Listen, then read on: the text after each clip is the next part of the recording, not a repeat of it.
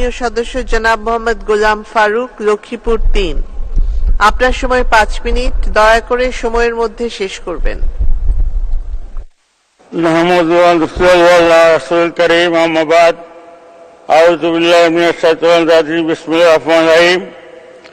মাননীয় স্পিকার, আমাকে বাধ্যতা দিবসে বক্তব্য প্রদানের জন্য সুযোগ দান করার জন্য আপনাকে আমি অসংখ্য ধন্যবাদ।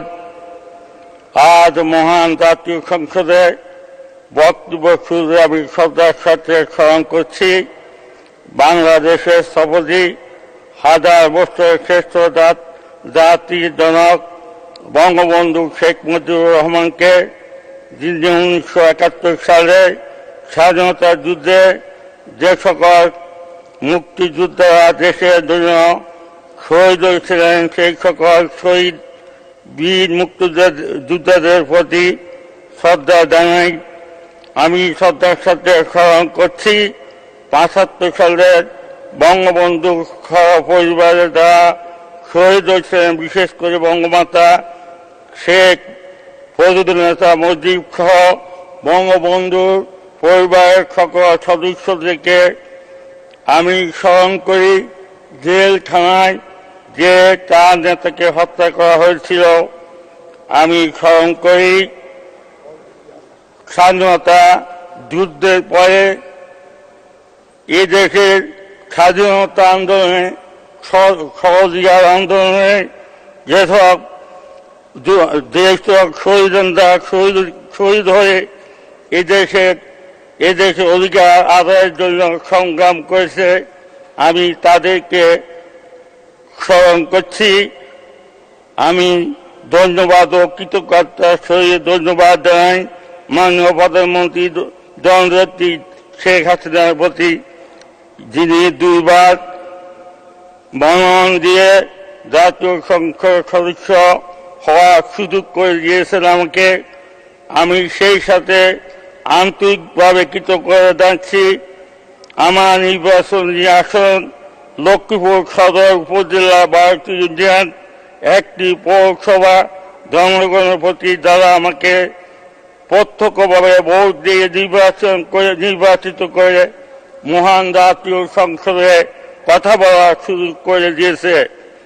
আমি স্মরণ করছি 52 সালে ভাষা আন্দোলন থেকে শুরু করে 54 যুক্ত বন্ড নির্বাচন, বঙ্গবন্ধু সর্বকনিষ্ঠ মন্ত্রী নির্বাচিত হয়েছেন।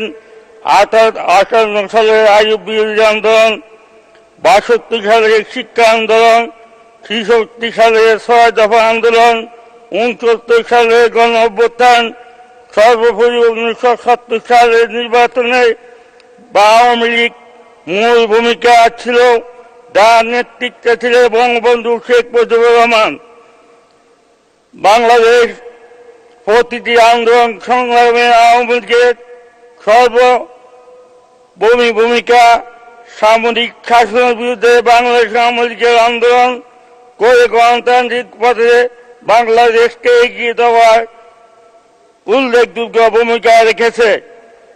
মাননীয় স্পিকার, রাশিয়া ইউক্রেন যুদ্ধ সারা বিশ্বে আজ অর্থনৈতিক অস্থিরতা, সেখানে অনেক উন্নয়নশীল রাষ্ট্র দেশ পরিচালনায় হিমশিম খাচ্ছে।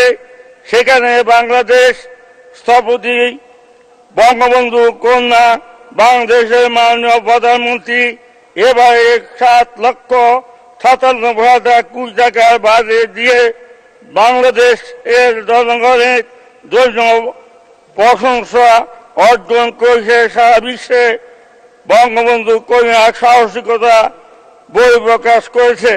মাননীয় স্পিকার, এবার বাজেটে গণমুখী বাজেট, জনবন্ধ বাজেট, সেখানে নিত্য প্রয়োজনীয় দ্রব্যাবলীর উপর থেকে ট্যাক্স কমানো হয়েছে, যাতে সাধারণ জনগণ উপকৃত হবে। এর জন্য আমি মাননীয় প্রধানমন্ত্রী বঙ্গবন্ধু কন্যা দেশরত্ন শেখ হাসিনা এমপিকে, মাননীয় অর্থমন্ত্রীকে ধন্যবাদ জানাই। মাননীয় স্পিকার, আমি সংসদ সদস্যদের বিষয়ে একটু কথা না বললে নয়।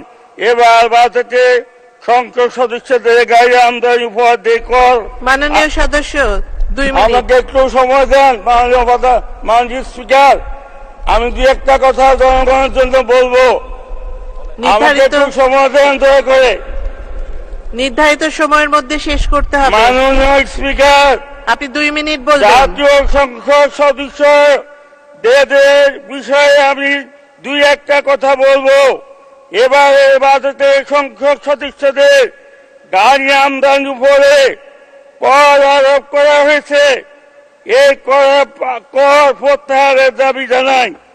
একজন সংসদ সদস্য আইন প্রণেতা, আমরা সংসদ সদস্য সর্বক্ষণিক জনগণের সাথে যোগাযোগ করতে হয়। উন্নয়নমূলক কাজের জন্য সর্বক্ষণ আমাদেরকে ঢাকার সাথে যোগাযোগ করতে হয়। যেখানে একজন জেলা পরিষদের চেয়ারম্যান বিনা পয়সায় বাসা পায়, তার নির্বাচনকালীন সময়ে 5 বছরের জন্য বিনা পয়সায় গাড়ি পায়। 200-400 লিটার তেল প্রতি মাসে পায়, বিনা পয়সায় ড্রাইভার পায়। একজন উপজেলা চেয়ারম্যান বিনা পয়সায় অফিস পায়, বিনা পয়সায় বাসা পায়, বিনা পয়সায় অফিস পায়, বিনা পয়সায় গাড়ি পায়। 240 লিটার তেল প্রতি মাসে পায়। একজন মেয়র প্রতি মাসে 500 লিটার তেল বিনা পয়সায় পায়, ড্রাইভার পায়। আর আমরা একজন সংসদ সদস্য হিসাবে আমরা কেন পাবো না? ঠিক আছে, আমি বাজেটে পড়ি, আমি